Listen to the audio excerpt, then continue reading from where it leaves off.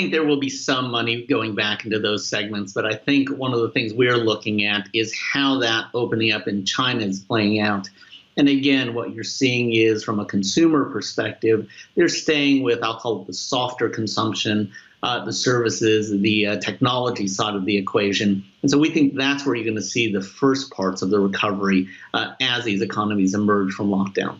And that's a really good point. The fact that we are, getting a glimpse into what we could see around the world by looking at what's happening in China. And one of the big questions is, what will consumers do with the higher savings rate that a number of people are displaying now? And what's your take in terms of how consumers use their increased savings if they've been fortunate enough to be able to accumulate during this time? Will they hold on to those savings, or will they actually distribute it into the economy by ramping up spending?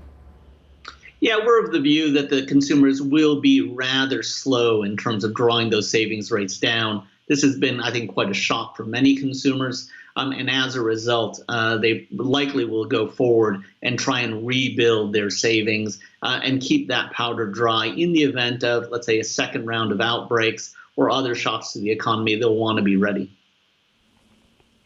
Norman, I want to get to the action we've seen on markets from Wall Street to here in Europe. There's a lot ticking over, and there's been a lot of information on the earnings front, yet we're not going anywhere fast. What do you think investors are now waiting for, if it's the data, the emergence from lockdown and some real evidence about the impact of new social distancing measures? What do you put it down to in terms of what investors now are seeking as the next trigger for moving on trades on the market? Yeah, look, I think for us, what we're looking for is a greater clarity on what the trajectory of recovery looks like. I think what we saw, in particular in the first parts of April, we've unpriced the risk of, let's call it outright depression in the global economy. Central banks and governments stepped in. But as we've seen from a lot of companies, they still don't have great visibility moving into the second half on what the shape of recovery looks like.